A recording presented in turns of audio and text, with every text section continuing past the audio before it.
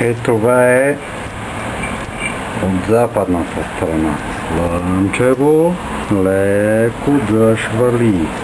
Леко дъжд вали, ама нататък няма ни един облак.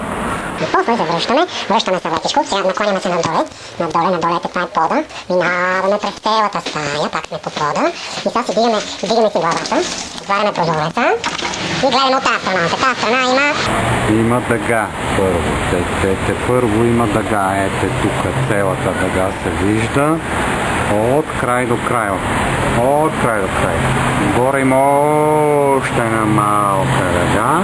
И сега гледаме на Витоша. Гледай каква чернилка. Гледай небето какво е тъмно. И дъжд ще сипе там от некъде. Ето там. От далечината се вижда, гледайте какво е притъмнело и казвам, сигурно, че ги дави там на област. и вече няма по-друго да гледаме дъгата пак да видим.